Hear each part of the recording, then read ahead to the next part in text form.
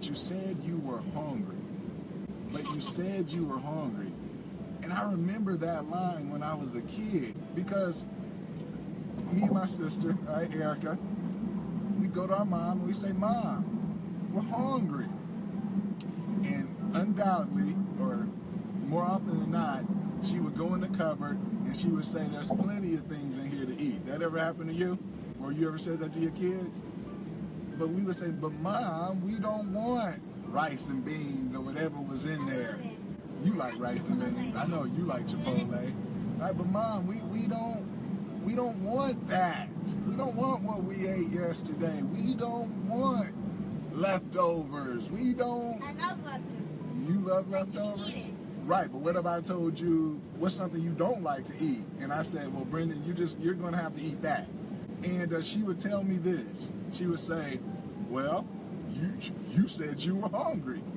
And if you're hungry, you'll eat what's in front of you. My good friend Les Brown, right? My aunt bought me his book when I had failed out of school. I got a 1.0. I talked about it all the time. They sat me down and had a heart-to-heart with me. And they said, they gave me his book, Live Your Dreams. Well, Les Brown, he says, have you ever heard him speak? He says, you gotta be hungry. You ever heard Les Brown? You gotta be hungry. Begin to know that you have greatness within you. People say they're hungry. People say they want X, Y, Z. How many times do we say we want something, but our actions don't match up with our desire? How many times do we say, I do this till this day?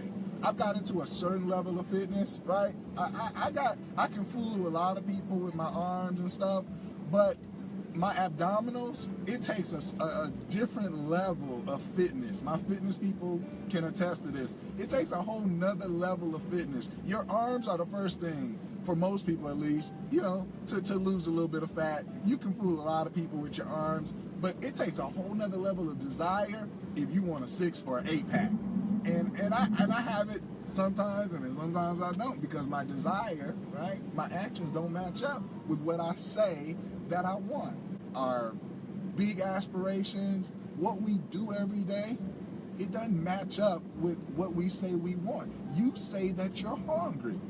Well, if you're hungry, you're going to look in that cupboard and you're going to figure out what to eat. See, when you're really starving, when you're really hungry, when you're really desirous, you're not picky. It's nothing like somebody who comes and sits down with me and they want some advice, and I say, well, have you done that? Have you done this? And they've got so many restrictions, things, conditions, but you said you were hungry. I didn't say it. I didn't say it. You said it.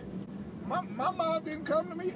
We went to her saying we're hungry. She said, well, you said you were hungry. When my son comes and says he's hungry, and I look in the fridge, particularly when my wife's not home, she knows I don't know what to do, but I'll try my best, and he'll pout. Daddy, I don't want that. Order Domino's, Daddy, because he's spoiled. Are you spoiled? Order Domino's, Daddy. Order Chipotle, Daddy.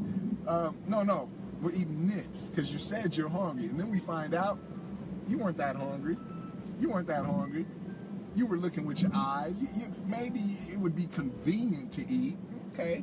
You know, maybe it would be convenient to have some of those things you put in your dream book, some of those things you wish at New Year's resolution. In our minds, for most of us, it'd be convenient to have, but very few of us really want it. Eric Thomas, right? Hip-hop preacher.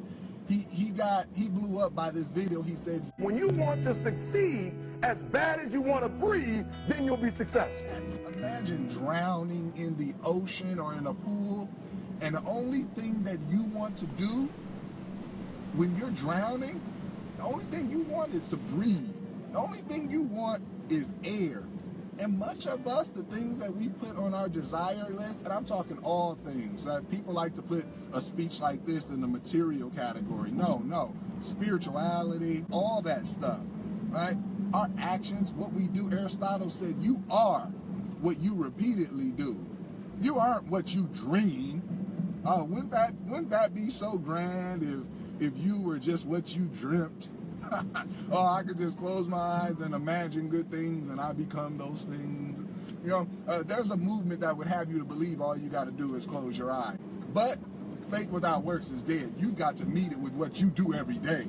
You got to meet it with your habits. We talked about that. Right? You got to meet it with action. You got to meet it with results. While you're praying, you got to be doing something. Can I get a like? I can't see the lights, but I feel you in the house. I feel you here, and I feel that somebody is hearing my words right now, and they're the right words for you.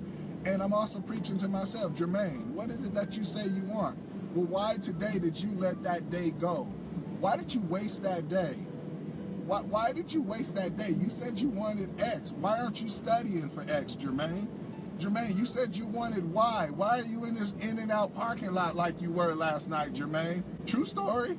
And I have to wake up and look in the mirror. It may not be the result of what I ate exactly last night, but it is a result of what I'm eating. I want to live up to my end of the bargain. Oh, well, I can't do that in the line of in and out, right? So you say you want it is the message today. But I want to challenge you, and I want to challenge myself. Are you living up to what you say you really want? Do you really want it as bad as you think? Self-reflection is a powerful thing. Introspection is a powerful thing.